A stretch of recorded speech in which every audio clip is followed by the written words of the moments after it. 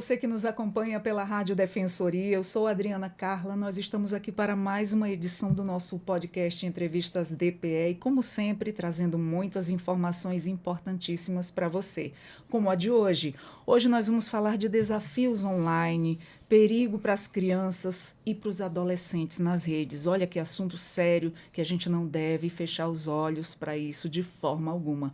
Para trazer todas essas informações, conversar com a gente, já estou aqui com o nosso convidado de hoje, estou aqui com o delegado Marcos Lázaro. Seja muito bem-vindo, doutor, ao Entrevistas DPE. Muito obrigado, Adriana. Boa tarde a todos.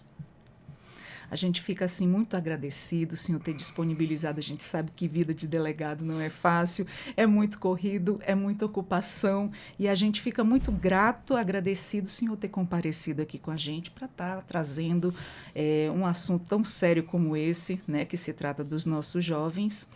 E vamos lá começar a nossa conversa, porque assim, eu gostaria de saber, né, em nome de toda a população, o que caracteriza a chamada violência digital, né, envolvendo crianças e adolescentes? E em que momento, doutor, uma brincadeira online, ela deixa de ser algo inofensivo e passa a configurar o crime? Bem, inicialmente vamos fazer um recorte. Violência digital pode ser entendida assim como um gênero de conduta criminosa ou infracional praticado no meio digital, através, normalmente, da internet. Na violência digital, a gente tem as espécies. A gente tem, por exemplo, o aliciamento sexual de crianças e adolescentes. A gente tem os ditos, né, desafios que podem caracterizar, por exemplo, lesão corporal, até mesmo induzimento, instigação ao suicídio, enfim. A gente tem também dentro do espectro, né, das espécies de violência digital, aqueles desafios que incluem inalação de substâncias tóxicas, enfim, que pode caracterizar homicídio ou tentativa de homicídio, enfim.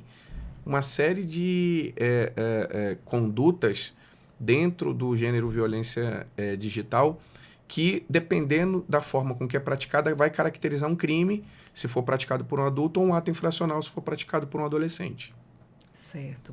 E esses chamados, né, desafios virtuais, que incentivam aí os maltratos, né, a animais ou outras práticas violentas, né, são tratados aí pela polícia como crime organizado digital ou como atos isolados, né? Como é que funciona essa tipificação?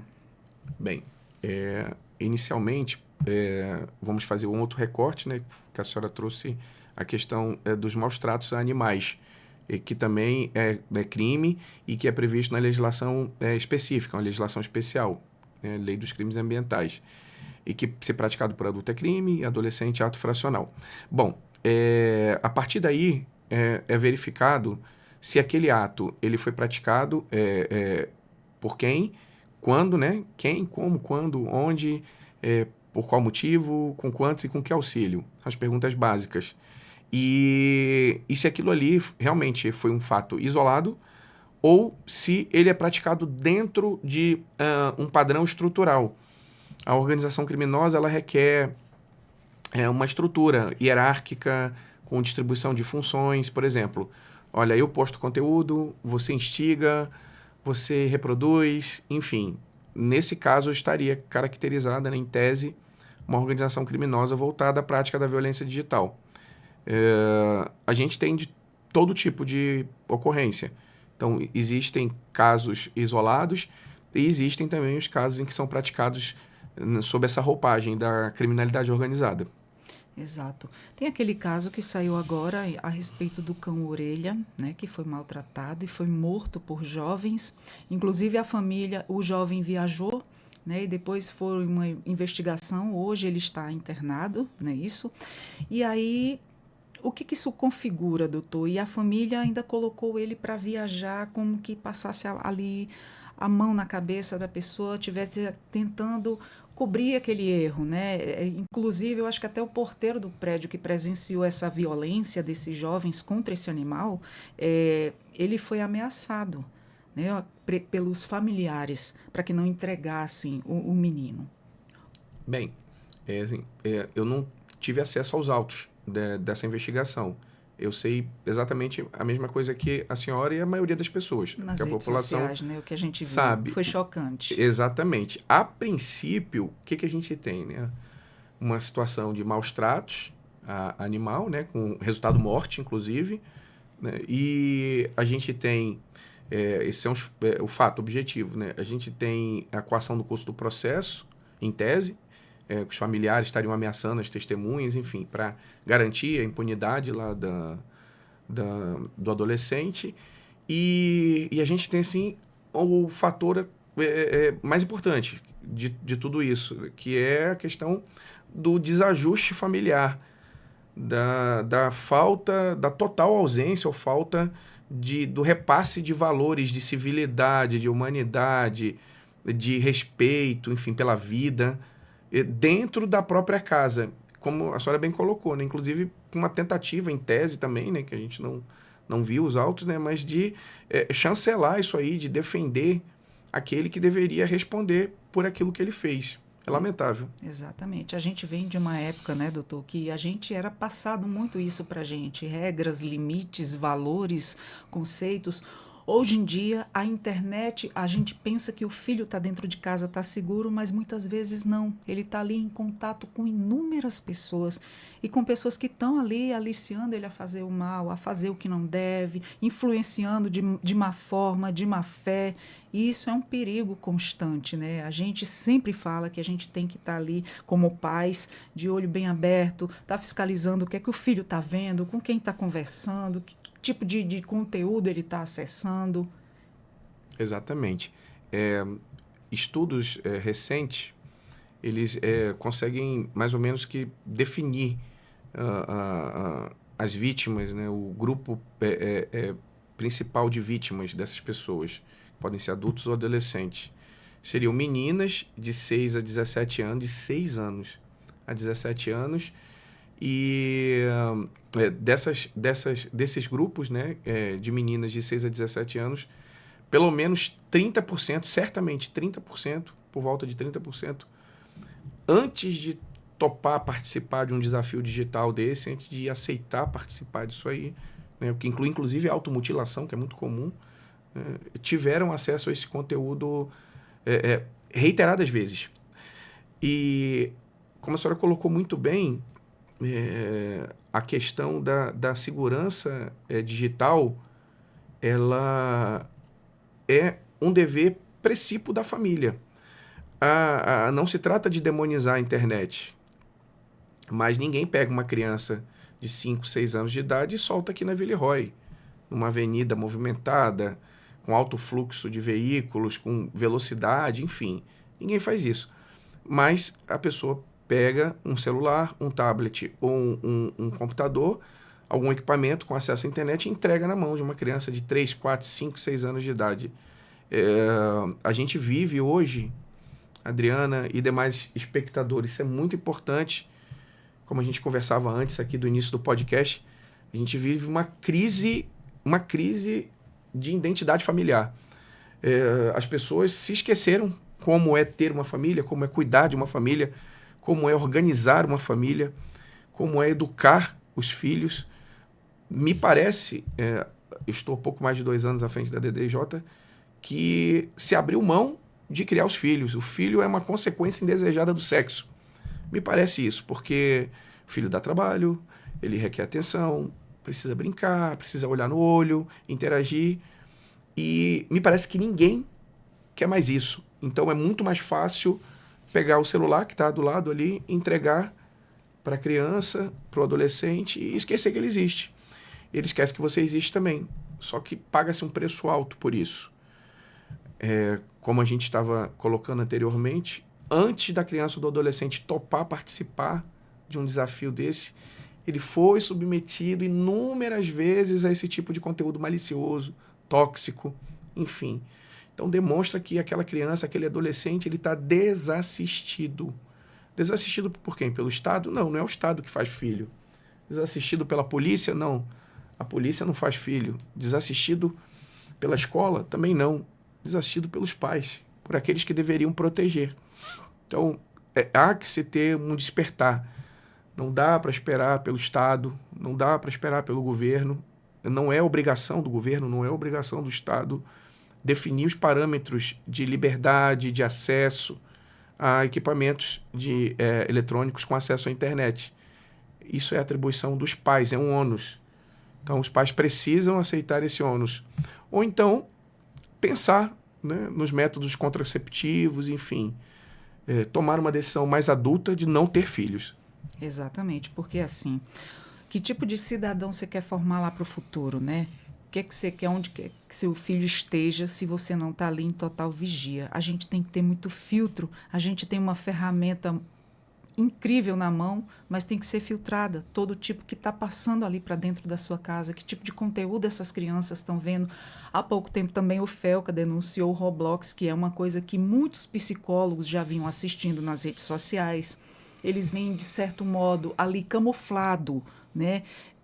Encorajando as crianças, dando mau exemplo às crianças. É tanto que a maioria, o tanto de criança que veio nas redes sociais reivindicar, teve as plaquinhas com erros na ortografia, erros bruscos, que muitos falavam, por que você não está estudando, ao invés de estar aí focado nesse conteúdo, eu te digo um conteúdo fútil, porque ele não ensina nada. E aí por trás já ficam pessoas ali aliciando as crianças, dando um mau exemplo. E é muito difícil. Eu parei para olhar, porque eu vi uma vez meu filho olhando.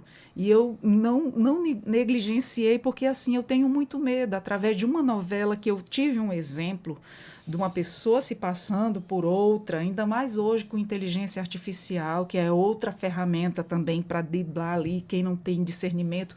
Como as crianças não têm esse entendimento ainda de forma alguma. Então, assim, a gente como pais não pode fechar os olhos. A gente sempre está tocando nessa tecla, doutor. Sempre está falando essa coisa de não deixar. A gente sabe que todo mundo tem a vida corrida, que todo mundo tem que estar correndo ali para dar conta de trabalhar, sustentar a sua casa, pagar suas dívidas, mas ali está teu bem maior dentro de casa, né? Teus filhos, que futuro você pensa para eles? É por um mínimo cuidado que você tem aqui com o celular, do que ele está vendo, para você não ter aí grandes preocupações e dores de cabeça futuramente, né? É verdade. Tudo que a senhora falou é a mais pura realidade. E a gente Mãe que vigia. a gente que tá lá na ponta, né? Não é fácil. Porque, Adriana, quando a família falha, quando a igreja, a religião falha, quando a escola, a educação falha, quando essas principais 3 instâncias de controle social, quando elas falham, entra a polícia, entra o sistema de justiça criminal. Então, nós estamos na ponta. Nós somos aqueles que vamos fazer a intervenção nas falhas das instâncias anteriores. Então, que a gente percebe, né, que é lamentável? A família, como a gente já colocou aqui, de forma bem objetiva, sem rodeio, sem passar pano, enfim. A família largou de mão a criação dos filhos. A família também, né, desistiu de dar uma vida espiritual para seus filhos. Desistiu, ninguém liga mais para isso. E a escola, em função da questão político-ideológica, né, é um mero depósito de criança e adolescente. Enfim, e também seria injusto cobrar da escola isso, né? Mas enfim, é uma instância de controle social que deve ser levada em consideração. Então, resta, o que resta, como a senhora falou, né? Que tipo de adulto que a gente vai formar? Resta aos órgãos de repressão estatal corrigirem a conduta daquele adolescente, daquele adulto, enfim. Né? Então, a gente que está lá na ponta, a gente percebe claramente a falha, a negligência dos pais, a falta de vida espiritual. Ele não esteve na escola, ele ou ela, ele não passou pela escola, ele simplesmente constou num relatório, num número, enfim. E aquilo ali foi obrigatório por conta da questão legal, constitucional, papapá, enfim. E foi como se tivesse perdido o tempo. Por quê? Porque também né, recentemente a gente teve até temos uma legislação que proíbe o uso nas escolas, né? Dentro das escolas começou o uso, né, principalmente do celular, começou a ser uma prática corriqueira, normal, enfim, quer dizer, virou piada, né? Então, falando em legislação, no final do ano passado entrou em vigor, aliás, foi publicada a Lei 15.211, que é conhecida como o Estatuto Digital da Criança e Adolescente. É uma legislação que está sendo muito comemorada, enfim, onde vão responsabilizar as empresas, enfim, as plataformas, né? É bonito, assim, a gente vê formalmente, né? Mas na prática a gente sabe que isso não vai funcionar, né? Obrigar as empresa privada, a ter controles de acesso e identificação etária. Como fazer isso aí, né? Enfim, quem vai fiscalizar? A Agência Nacional de Proteção de Dados? Cadê o pessoal? Enfim, é uma coisa que vai chover no molhado, enfim. Lamentável que seja assim. Eu, particularmente, como cidadão, Adriana, eu tenho... Alguns anos atrás, eu estava num ônibus coletivo na cidade do Rio de Janeiro. Alguns anos atrás, antes de eu vir para esse estado aqui. E eu li uma placa no coletivo, dizendo assim, local, lei estadual, municipal, não lembro, número tal, local reservado para idosos, gestantes e deficiente físico. Eu olhei aquilo ali e achei um absurdo, porque eu aprendi dentro da minha casa que você, sendo um homem jovem, tem o dever de se levantar para que uma gestante, um idoso, uma idosa, né, ou um deficiente físico se sente ali com mais conforto, viaje com mais conforto. Então eu achei aquilo ali na época, né, eu achei aquilo um absurdo. E hoje, o que a gente percebe? Que tem lei para tudo. Lei para as coisas que eram para ter sido ensinadas dentro de casa. É um sintoma de uma sociedade doente. Então, eu não comemoro o Estatuto Digital da Criança e Adolescente porque ele significa que a sociedade é uma prova viva que a sociedade está doente. É o Estado dizendo para os pais para fazer aquilo que a gente estava conversando aqui, para educar os filhos, para criar os filhos. Tem uma... Detalhe, alguém pode falar, delegado Marcos Lázaro, mas o senhor prega contra a tecnologia, a informática, hoje em dia, né? Todo mundo, o senhor tem celular aí, né? Tem 2, inclusive. O senhor prega contra, que a criança e adolescente não pode ter acesso? Evidente que pode e deve, mas esse acesso, ele tem que ser supervisionado pelos pais, controlado com instrumentos de tecnologia apropriados. Deve haver, tem que haver. É preciso haver uma limitação temporal para o uso daquilo ali. Os pais precisam orientar, como se orienta o filho para atravessar uma avenida. Orientar, olha, filho, esse site aqui não é assim, isso aqui é potencialmente perigoso, parece que não é muito verdadeiro, né? E para piorar a situação, a gente tem, como a senhora, né, colocou de forma muito inteligente, a inteligência artificial agora, que é um outro problema. A gente não conseguiu resolver o problema do pai e da mãe que pega o celular e dá para a criança, e agora a gente tem inteligência artificial. Criança e adolescente não tem discernimento. Adulto não tem discernimento. Criança e adolescente não tem discernimento. Então, programas como esse prestam um serviço público relevante para a sociedade. Alguns que estão nos assistindo ou estão nos ouvindo vão torcer a cara, vão ficar com raivinha, enfim, mas sabem que é verdade. Vão ter que dormir com esse barulho. Vão ter que assumir as suas responsabilidades. E outros que também participam, né, desse coletivo de ouvintes vão entender que é preciso ter uma mudança de paradigma, uma mudança de comportamento. Vão entender que é preciso salvar suas famílias, salvar os seus filhos. Com certeza, doutor. Só complementando as suas falas. Outro dia nós tivemos aqui uma visita de uma diretora de escola e de uma das escolas maiores onde abrange aí um número imenso de jovens. E aí a gente veio falar exatamente sobre a questão do uso exagerado do celular. Viemos falar sobre a proibição. Aí ela veio relatar que teve muitos pais que foram contra, mas eu preciso que ele vá com o celular, porque preciso avisar quando vou deixar, buscar o tal, tal, tal, tal. Não, tudo bem, pode trazer, mas vai ficar numa caixinha na entrada. Ah, vocês estão com isso aí, logo, logo vai esquecer, porque vocês não vão conseguir controlar. As pessoas já duvidando das regras. Aí, bem relatou a diretora, muito preocupada, né? Porque são também uns serviços de formação continuada. A gente sabe que a educação maior parte é ali da família, mas a escola traz essa formação continuada também. E eles se sentiram na obrigação de trabalhar isso, e eu achei assim tão sincero, tão forte isso que ela trouxe aqui para a gente. E eu achei um ponto muito positivo. Ela falou, ela já pensou lá na frente, os maduros, os mais experientes, né? Que tipo de cidadão nós vamos estar querendo lá na frente? Que tipo de profissionais? Se eles, quando vêm para a escola, não estão aprendendo o que tem para aprender, se estão com o rosto no celular. Com certeza não é pesquisando o conteúdo que a professora está passando. Então, assim, como é um só professor na sala para dar conta daquele monte, foi-se aí essa proibição que veio muito acertada, e ela falou o quanto isso modificou. Aí, para que o aluno tenha acesso ao celular, só diante ali a autorização sobre pesquisa daquilo que ele está fazendo voltado para a aula, voltado aos conteúdos que ele está ali aprendendo.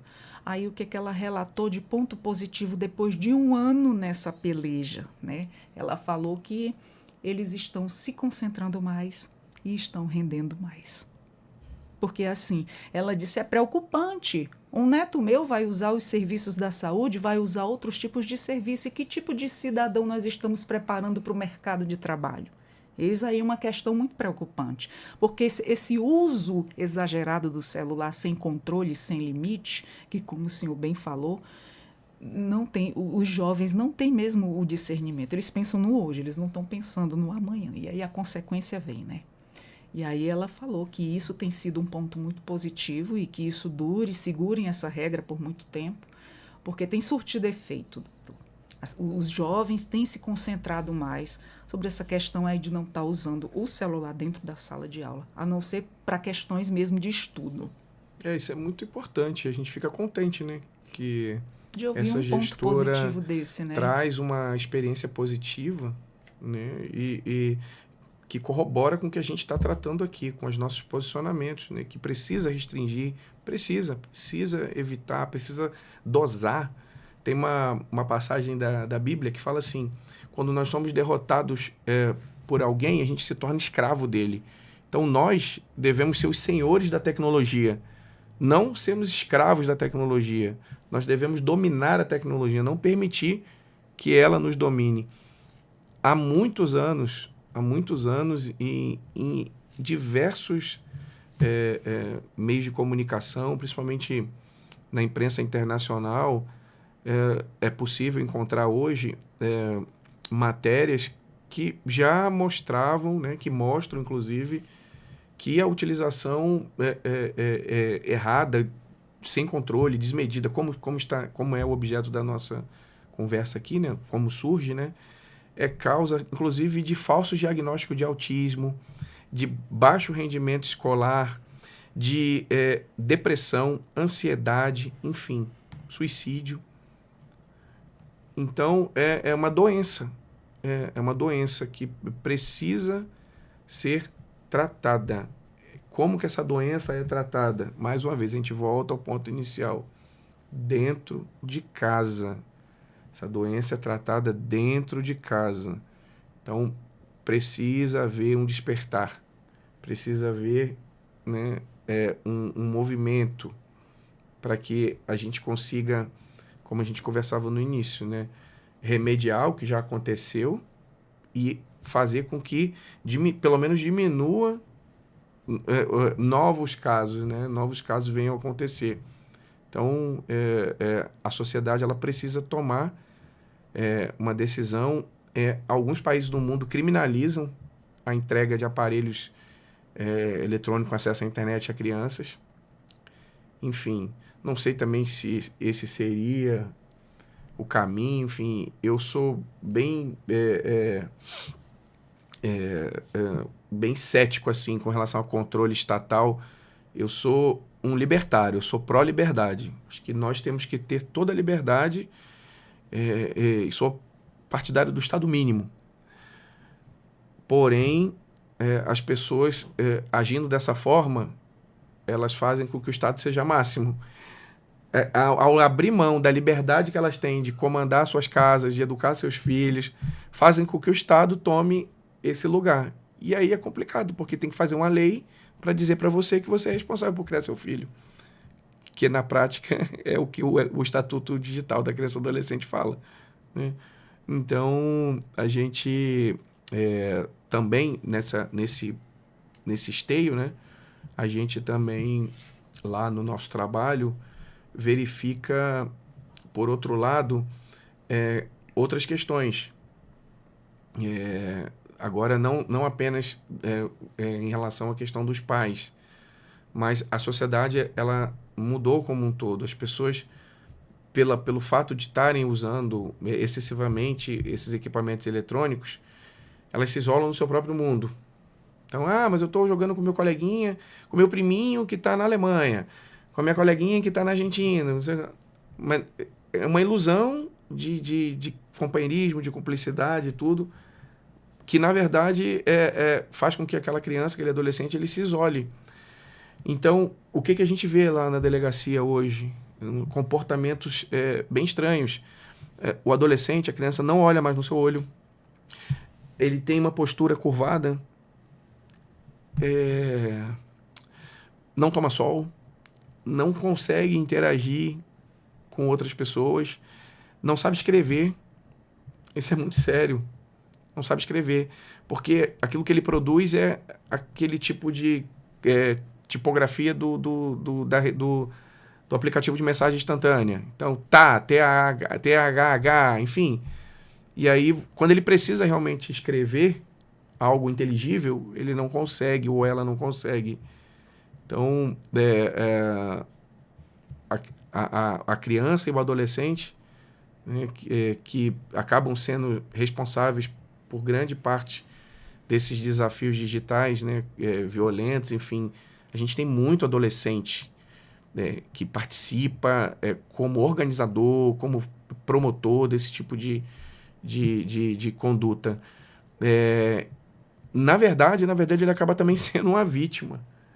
Ele acaba sendo uma vítima também, porque ele também foi um negligenciado, ele também foi um que não teve controle, ninguém teve controle sobre ele, enfim. Então, é uma questão bastante difícil, né? Mas nós, da polícia, fazemos a nossa parte.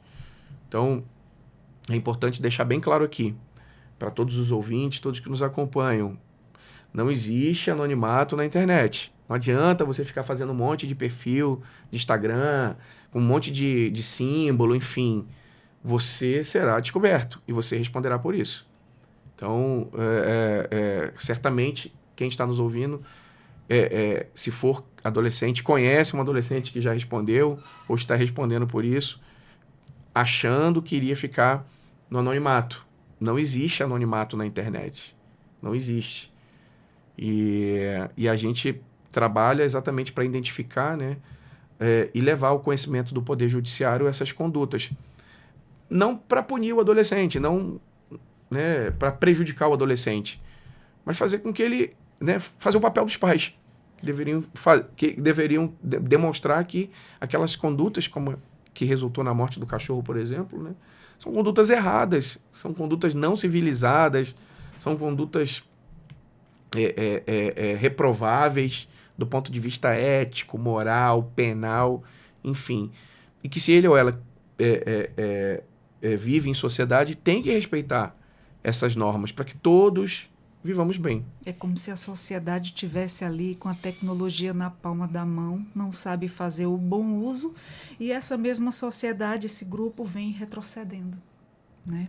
E, ao invés de evoluir como pessoas, eles estão ali retrocedendo, infelizmente, né?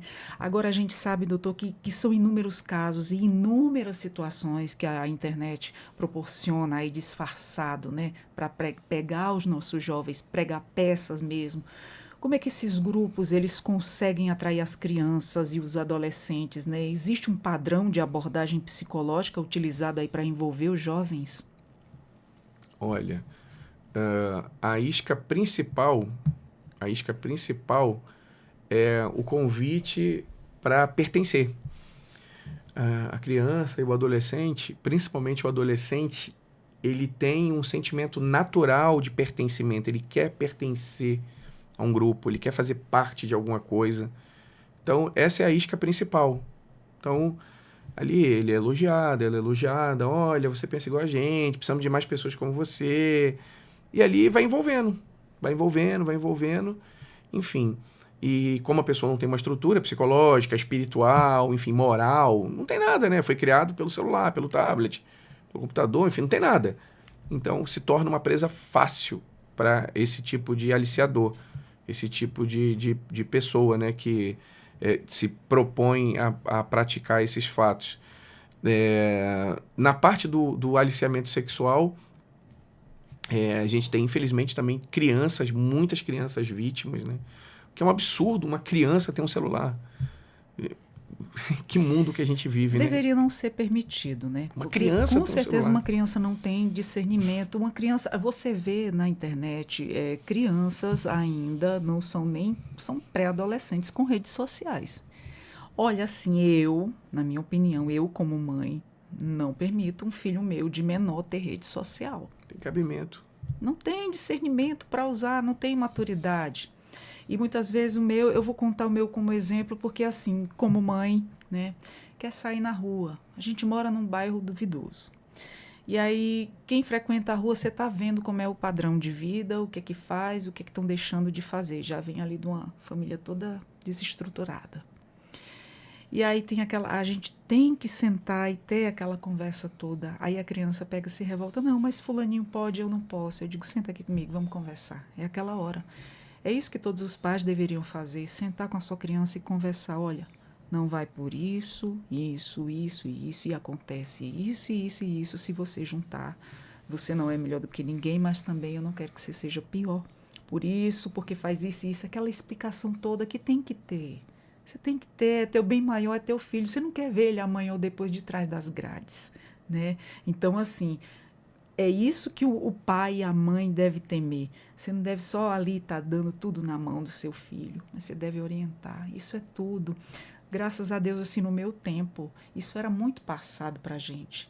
Eu não sei se é porque essas questões hoje, muito digitalizada, muito esse mundo digital que a gente vive hoje, tomou conta de todo mundo, as pessoas meio que desfocaram ali do seu bem mais precioso, né, que é a sua família, os seus filhos. Hoje em dia, a maioria das pessoas não sentam mais numa mesa para fazer ali suas refeições juntos. Ou, quando sentam, é cada um com um celular no rosto, né, não para aquele momento para fazer ali as refeições, ninguém conversa mais, ninguém olha mais no olho um do outro. Então, assim, nós temos a tecnologia ao nosso favor, nos ajuda muito na nossa vida profissional, no nosso meio de comunicação, mas é aquela questão, tem que ser filtrada. Quando se trata dos nossos jovens que não têm o discernimento, né, nem a sabedoria para lidar com todas essas questões, porque o jovem acha que nunca vai acontecer nada com ele. Tudo é muito bom, tudo é muito perfeito ali. E não sabe que por trás ali está uma verdadeira armadilha. Adulto se passando por criancinha para conquistar. A gente já viu novelas, exemplos em até algumas coisas de internet mesmo, porque tanto quanto tem conteúdo bom e tem conteúdo ruim também. Mas a gente, com maturidade, que consegue enxergar o que está por trás daquilo ali. E olhe lá, muitas vezes a gente ainda é enganado. Imagina eles, né? Os jovens, os nossos jovens, podemos dizer assim. Você já viu inúmeras situações, né, doutor? Muitas, muitas situações assim que, nossa, deve ficar chocado. E a gente, como mãe, não gostaria nem de ouvir. Mas, enfim, qual foi um fato relevante, lógico, sem citar nomes, uma situação que o senhor já presenciou, Em relação a isso, a quebra de valores, ao uso excessivo de internet que motivou o jovem a praticar algum delito, alguma coisa que teve que parar lá para ouvir conselho, o que os pais não fizeram e a polícia teve que fazer. Olha, Adriana, só fazendo um ganchinho com a sua colocação anterior, muito importante o conselho que você deu e a sua experiência pessoal. A criança e o adolescente, ele precisa entender que o não existe e que o não liberta e que o não é bom. Eu também vou te dar a minha experiência pessoal. Eu sou carioca, mas eu não sei jogar bola. Por quê? Porque eu sou nascido e criado num dos subúrbios da Leopoldina e a minha mãe não me deixava jogar bola com meus colegas. Eu era proibido, eu chorava, enfim, eu queria ir, não me deixava jogar bola. Resumo da ópera, eu tô com 48 anos hoje. Não tem nenhum amigo meu de 48 anos. Ou estão mortos ou estão presos. Então, os nossos pais estavam certos. O não liberta, o não é bom, o não protege, o não faz parte da vida. Então, isso aí foi muito bom. E é disso que a gente está falando, né? O não que você recebeu, que te salvou, que te fez um homem de bem, né?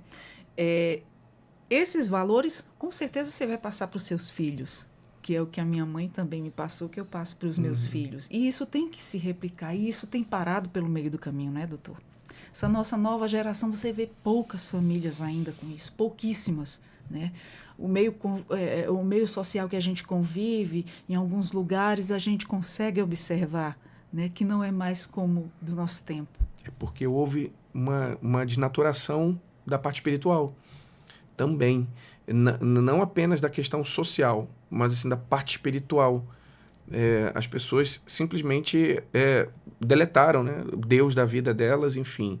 E os valores cristãos, que são a base de uma sociedade saudável. A pessoa aceitando ou não, querendo ou não, mas são a base de uma sociedade saudável. Ninguém liga mais. Então, o que a gente vê é exatamente isso, né? Esse desfazimento do tecido social, porque ele perdeu a liga, perdeu o amálgama. Bem, já entrando na segunda parte da sua pergunta, eu tenho visto coisas horríveis. Como aqui é um lugar pequeno e pouco populoso, enfim, eu não me sinto muito à vontade de falar do que me chocou, porque certo. Alguém pode ouvir e fazer Tudo a ligação. bem. Realmente. Aqui é muito pequeno, né? Mas, infelizmente, a gente se depara assim, com situações horripilantes. E que dói, porque a gente vê que aquela criança, aquele adolescente, são vítimas disso que nós estamos falando, de uma família que negligenciou. Oh, meu Deus, isso. Negligenciou completamente aquela criança, completamente aquele adolescente. Chorou um pouquinho para comer, pega o celular. Eu tô querendo conversar com alguém, tô querendo ver meu jogo, pega o celular. Tô querendo... O resultado é terrível. O resultado é terrível. Então, assim, mas não precisa a gente citar casos específicos para ficar indignado, porque a imprensa não perde tempo. Todos os dias a imprensa noticia alguma tragédia envolvendo esses desafios virtuais, enfim. Tá muito na moda agora também, é bom a gente até avisar, né, que eu ainda não vi, Thinspo, que é aqueles desafios de emagrecimento retardado, né, que você faz dieta de passar fome e acaba algumas pessoas chegando até a óbito. Nossa. Né? Enfim, tudo isso aí né, é consequência, né, de uma sociedade doente. Se aquela criança, aquele adolescente, ele tivesse o acompanhamento, tivesse a instrução, tivesse o controle, a supervisão, certamente, Adriana e demais ouvintes, não seria vítima. Olha, isso aqui tá errado, peraí. Essa pessoa que tá vindo falar comigo, a gente não... Pronto, quando nós éramos crianças, a gente não aprendia a não falar com estranhos? Como é que você vai falar com um estranho na internet? É o mesmo padrão, não tem mistério. Numa avenida, você tem uma escola, é um lugar bom de entrar. Você tem uma igreja, é um lugar bom Você tem uma boca de fumo, não é um lugar bom. Você tem um prostíbulo, enfim. A internet é a mesma coisa. Então, nós aprendemos os lugares que a gente pode entrar, que a gente não pode. A internet pior ainda, que ela está camuflada. Você não sabe que a pessoa está... Criam-se perfis falsos, você não sabe quem está se passando ali, se aquela foto de fato é aquela pessoa que condiz Já estar é um ali. outro, né? Isso é velho, né? Isso acontece corriqueiramente. Esse pessoal não para de fazer fake news, perfis falsos aí para estar fazendo esses atrativos. E as crianças aí. e o adolescente não param de ser vítima. E as crianças caem, né? Não param de ser Infelizmente, vítima. não param de ser vítimas, enquanto os pais aí não derem esse controle. Agora sim, o de duas, uma, doutor, assim, minha opinião como mãe. Ou priva a criança de certos conteúdos e tem aquele controle ali, ou seria tão bom se esses conteúdos fúteis não viesse parar nas redes sociais, fosse filtrado que fosse colocar, jogar ali para todo mundo? Aí nós estaremos falando de censura, que aí não cabe hoje no ordenamento jurídico brasileiro, né?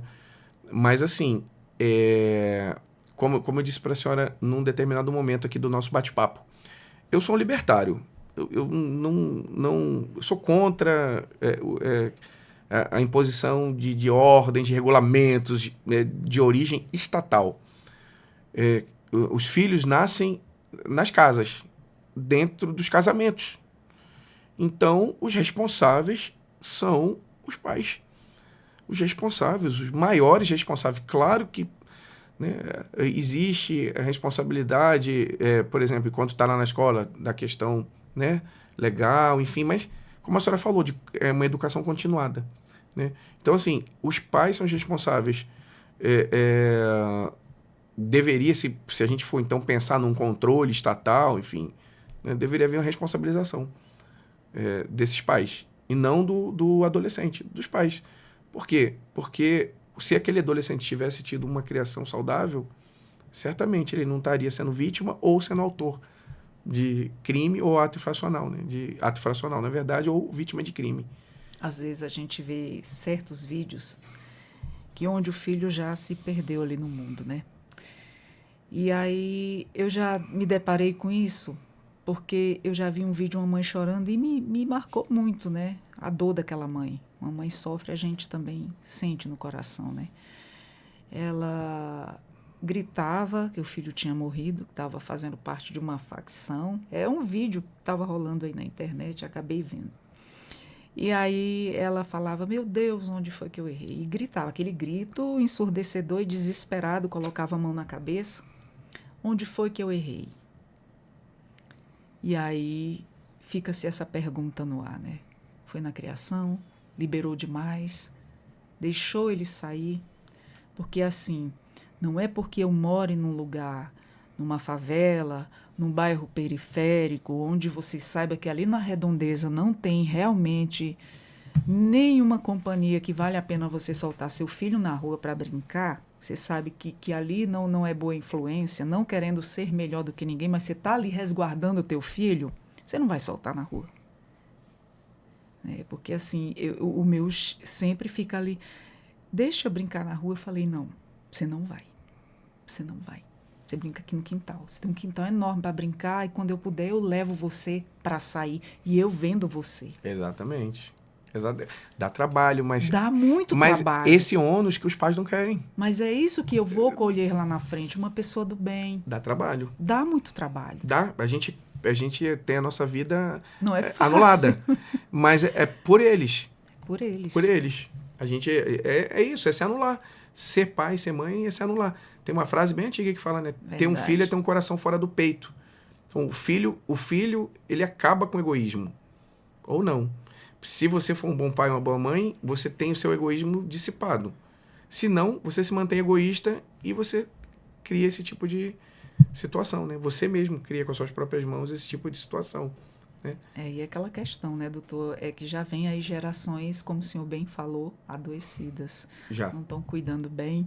E aí o que a geração de hoje, na maioria, né, não estou generalizando, tem pessoas que ainda dão muito de si pela família. Sim.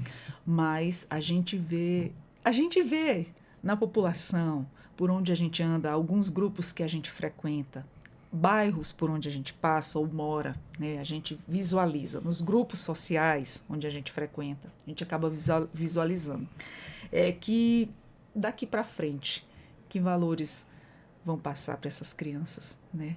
Que cuidados elas vão ter. É um fator muito preocupante, né? Tem uma frase que eu gosto muito de usar, ela serve para praticamente tudo nos dias de hoje, do ex-ministro Marco Aurélio Mello, do Supremo Tribunal Federal, num julgamento lá de uma das ações, né?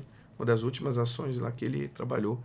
Ele falava assim: vivemos tempos estranhos, causadores de enorme perplexidade. E é isso, vivemos tempos estranhos. Não adianta tapar o sol com a peneira, não adianta dizer que tá tudo bem. Não adianta. Porque no passado alguém falou quando uma mulher usou calça jeans, foi um escândalo. Sim, é verdade, foi, mas peraí. Não afetava a questão psicológica, mental, espiritual, educacional, moral. Nada disso. Era vamos dizer assim, um escândalo, né, de um costume. Mas ninguém cometia crime por causa disso.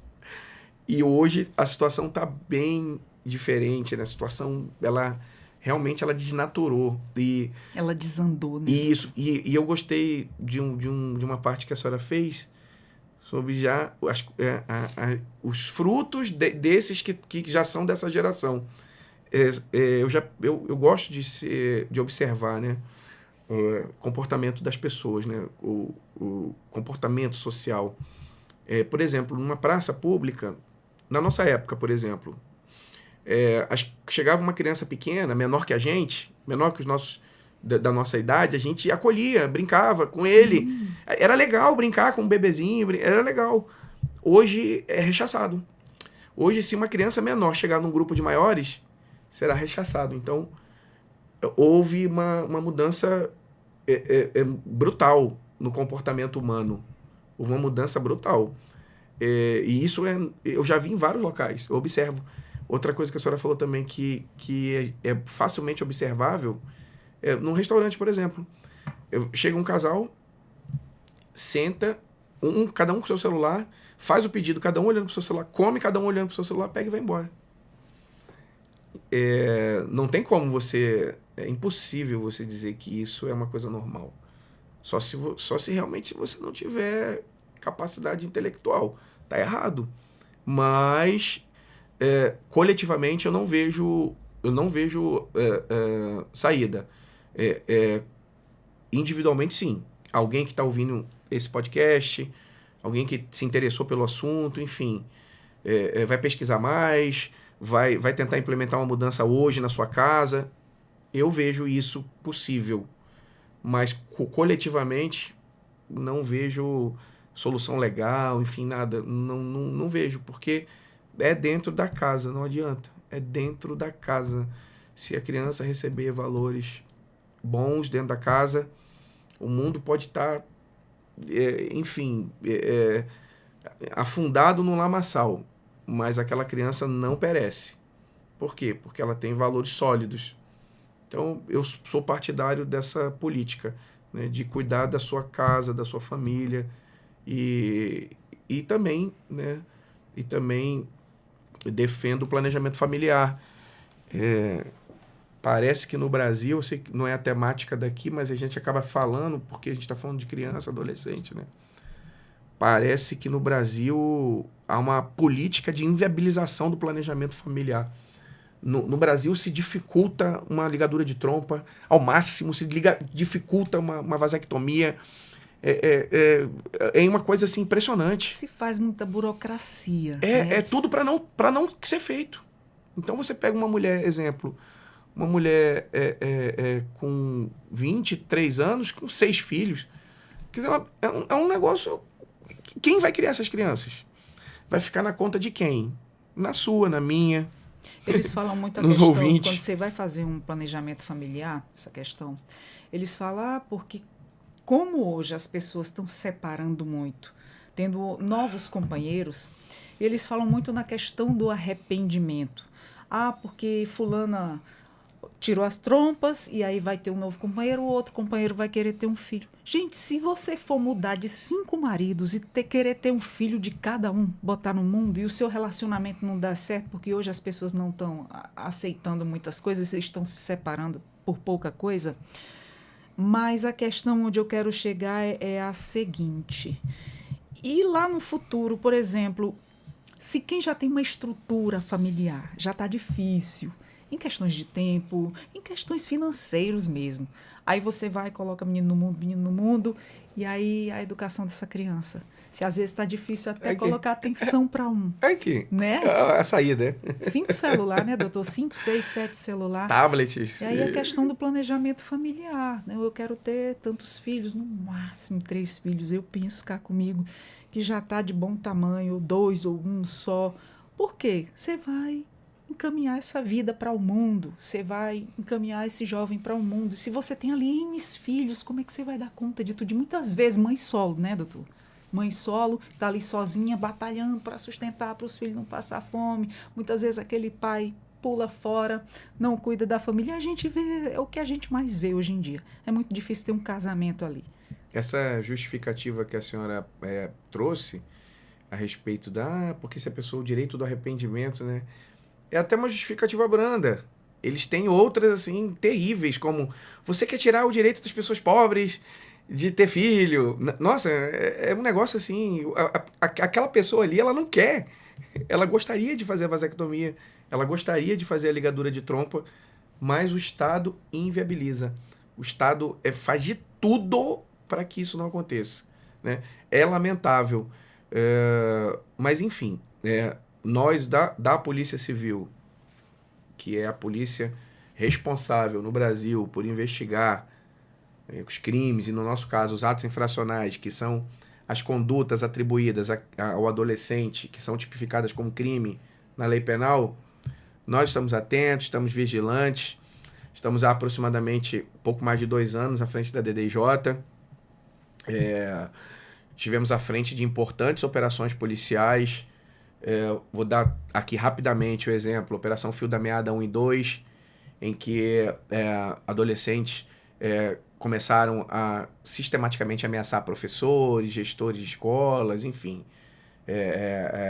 a fazer ameaças em redes sociais, né, de praticar atos infracionais dentro do ambiente escolar.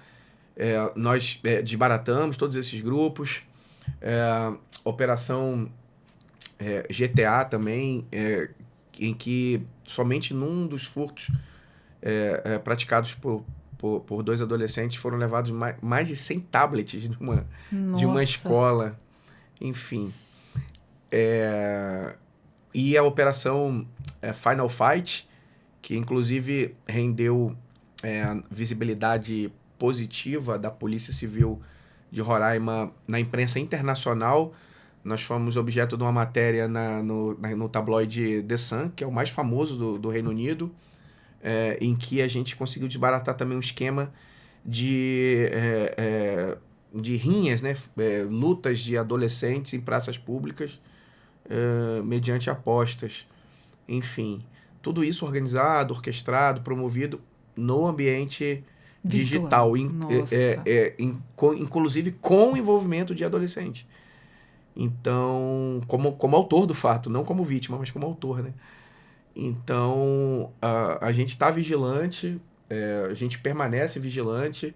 As nossas ações, elas buscam sempre ter caráter preditivo. Para quem não sabe, né? Nós somos uma polícia que trabalha repressivamente. A gente atua depois que acontece o fato, né? Mas a gente tem uma estratégia preventiva para evitar que aconteça, e mais recentemente a gente trabalha com a estratégia preditiva.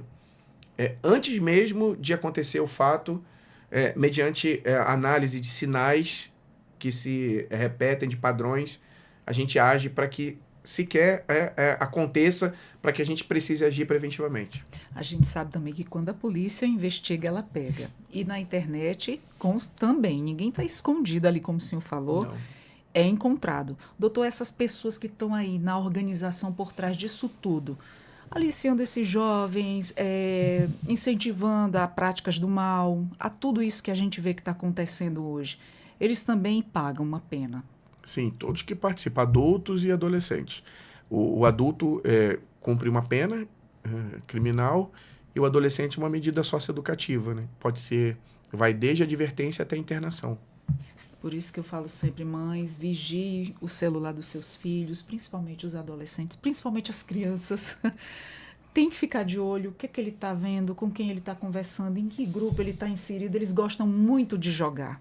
É aí que mora o perigo também, né? Como você falou, grupos, eu pertenço a esse grupo e dali vai começando Essa é a tudo. isca. Essa é a isca. É o sentimento de pertencimento que todo jovem, o jovem ele quer pertencer a um grupo.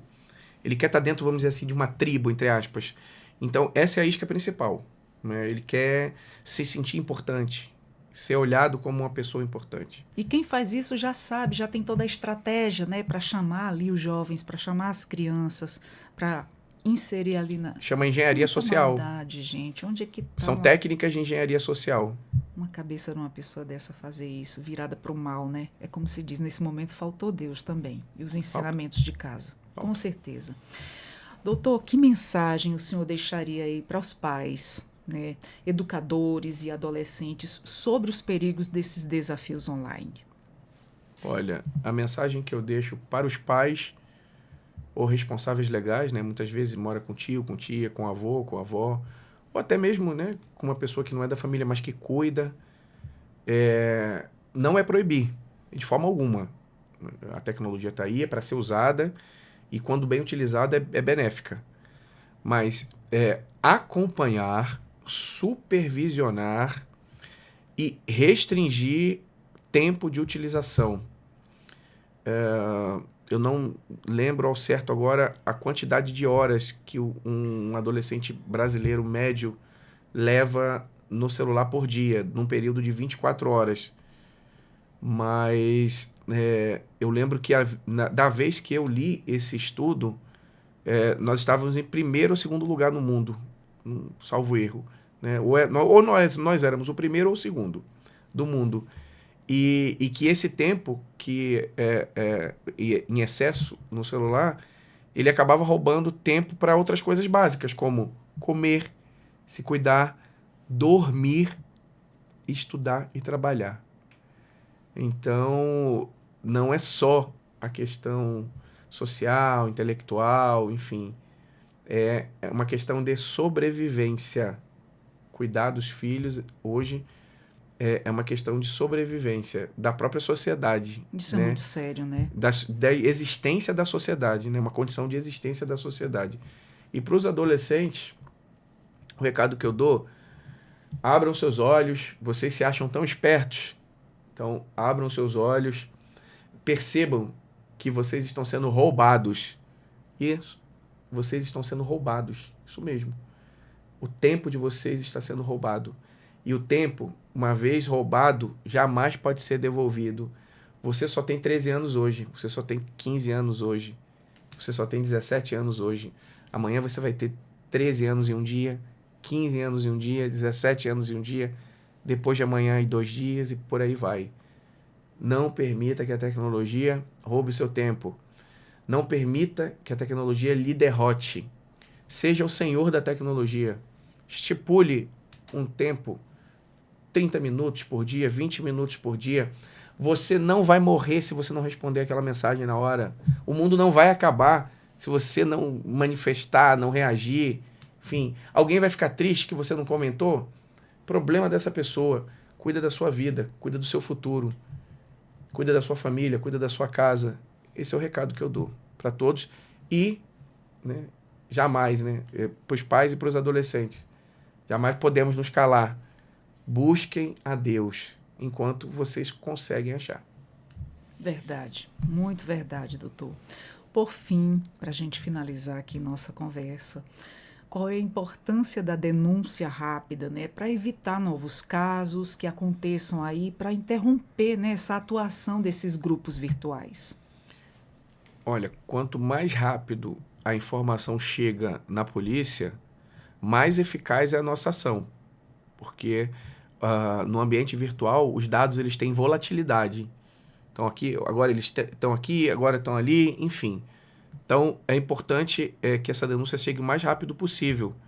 Então, essa denúncia ela pode ser feita através da nossa delegacia virtual, né, no site da Polícia Civil de Roraima, e através também dos telefones 90, 97, enfim, 93. Todos esses telefones recebem e dão encaminhamento, enfim.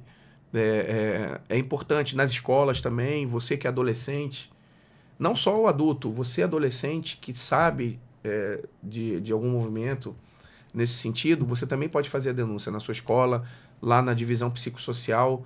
Olha, eu queria denunciar, eu estou num grupo tal, eu estou na página tal, perfil tal, assim, assim, assado. Será mantido em sigilo a sua identidade e nós vamos poder agir o mais rápido possível para debelar aquela conduta. Perfeito, doutor. Doutor, fica nossos agradecimentos. A nossa conversa levaria uma tarde inteira, mas, enfim, muito obrigada pela sua presença, pelos seus esclarecimentos, pela troca de experiência e pelo aviso, pelos conselhos, que com certeza está sendo muito bem recebido. E você que está aí do outro lado, compartilhe essa informação tão importante para a sua família, para as outras famílias. Lembrando que você acessa a nossa Rádio Defensoria pelo YouTube, o Deezer e o Spotify. Fica aqui os nossos agradecimentos ao delegado Marcos. Falamos sobre essas questões dos desafios online, que não fica só por aí, é uma vasta imensidão de assunto aí a perder de vista, o perigo, né, que é para as nossas crianças e para os nossos adolescentes. Conferiu todo o conteúdo? Já te agradeço e já compartilho essa informação de suma importância para todas as nossas famílias, para nós quanto família, quanto pais e filhos. Vamos aí abrir os nossos olhos cada vez mais e cuidar melhor das nossas crianças, dos nossos adolescentes. Doutor, muito obrigada. Nosso Entrevistas DPE está sempre de portas abertas. Eu que agradeço, Adriana, sua gentileza, seu carinho, sua educação. Obrigada. Fiquei muito contente de conhecê-la. Obrigada, tá fico muito feliz. Quero aproveitar também e mandar um abraço para o meu grande amigo, doutor Oleano Matos, meu amigo pessoal que eu tenho profunda estima. Estou muito feliz de estar aqui na vossa casa. Na nossa casa, né? Porque aqui é casa do povo também. Exatamente. A gente que fica feliz em te receber. Muito obrigada. Bom, vamos ficando por aqui. Eu sou a Adriana Carla com mais um Entrevistas DPE e até a próxima. Tchau, tchau.